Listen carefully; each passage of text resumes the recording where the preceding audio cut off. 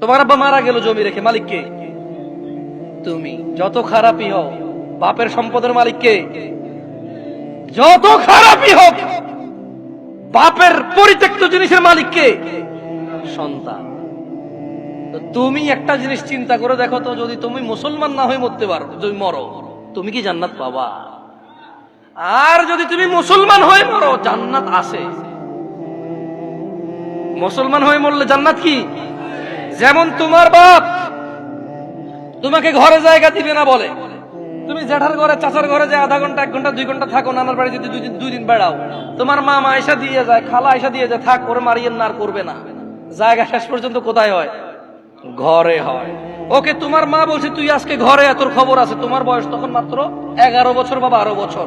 তুমি এখন এত শিয়ানা হও নাই, এত শক্তিশালী হও নাই যে মাকে ধমক দাও। মাত্র তোমার বয়স 11-12 বছর। কোন একটা অন্যায় করেছো, তোমার মা বলছে তুই আজকে ঘরে আয়। তুমি কি করছো?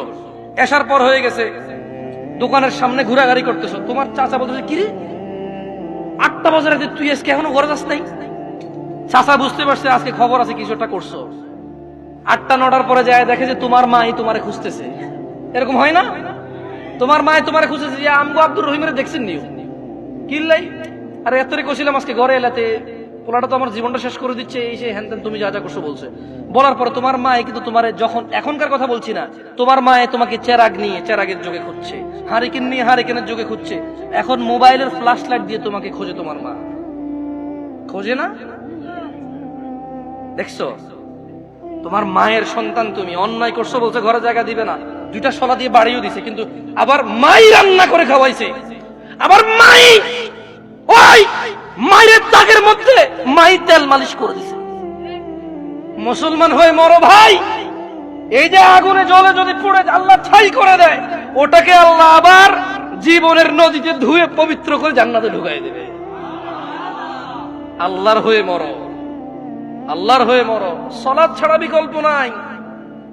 আমি কি তোমাদেরকে জাহান্নামে ফেলতে আসছি এই জায়গায় মনে করো? আমার নিজের গ্যারান্টি আছে, আল্লাহ আমাকে আশ্রয় দিক। আমি আল্লাহর কাছে দোয়া করি, আল্লাহ আমাকে ও তোমাদেরকে ক্ষমা করে দিক। আমাকে আমার যত গুনাহ আছে, তোমাকে তোমার যত গুনাহ আছে, আমার মতো করে আমার যে যে গুনাহগুলো আছে, তোমার মতো করে তোমার যা যা গুনাহ আছে, আল্লাহ সবগুলো মাফ করে দিক। আমি এই দোয়া করি।